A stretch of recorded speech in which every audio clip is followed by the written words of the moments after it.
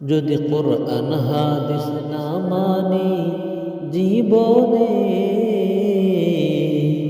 কি হবে গো মৃত্যুর পরে?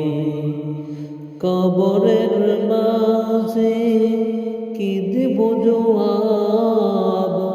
কবরের মাঝে কি দেব জবাব? মুনকির নাকিরের তরে, কি হবে গো মৃত্যুর পরে?